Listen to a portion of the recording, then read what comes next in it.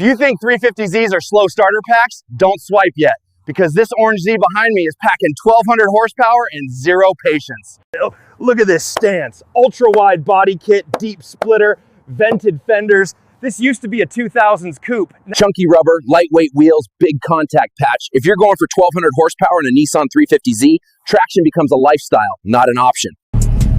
From the back, this 350Z looks like it skipped leg day once, then overcompensated forever. Diffuser, wing, and wide hips. This started as a simple V6, now it's twin turbo heart, forged internals, fat fuel system.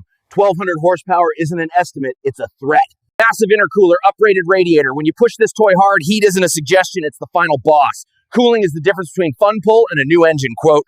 Power is just the loud part, these big brakes are the important part. On a 1,200 HP Z, if you cheap out on stoppers, you're basically speed running your way into the guardrail. Coilovers, arms, alignment dialed in. This 350Z isn't just slammed for likes, it's set up so it actually wants to turn at high boost instead of begging to go straight to the wall. Inside here, it's all business now. Fixed buckets, cage, and a digital dash that tells you exactly how close you are to the end. The driving position is classic with old-fashioned vibes. Before, it was nice sporty coupe, but now you better be awake before you touch this shifter. In stock, you only have RPM and fuel talk, but here you live watching boost, AFR, and temps. This car has more warnings than my phone.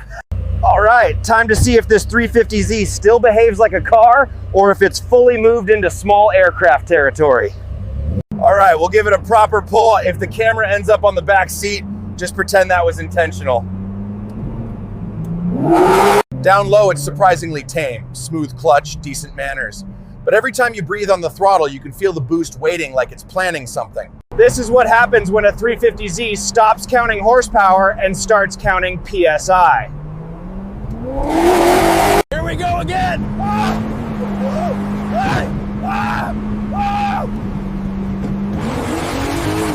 Top of the pole, that V6 sounds like it's auditioning for a jet engine roll. If you're not smiling after that, you might actually prefer stock exhaust valves. Biggest track in the country ahead, and my old buddy Yeti is waiting with his 1,500 HP GTR thinking physics has his back. Spoiler, it doesn't. Yeti, your GTR has 1,500 horsepower and AWD grip. This orange 350Z has turbo violence and bad ideas. Perfect matchup. GTR grip is real, but this Z's boost is about to get personal.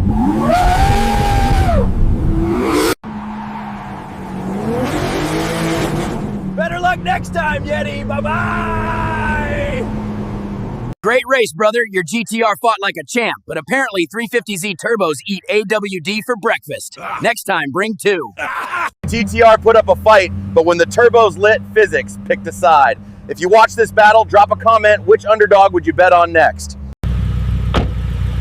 This started life as simple 2000s Nissan 350Z, a car people use for first projects. If you're thinking of building something like this, remember, it's not just about peak numbers. It's engine, cooling, brakes, chassis, and your sanity all working together.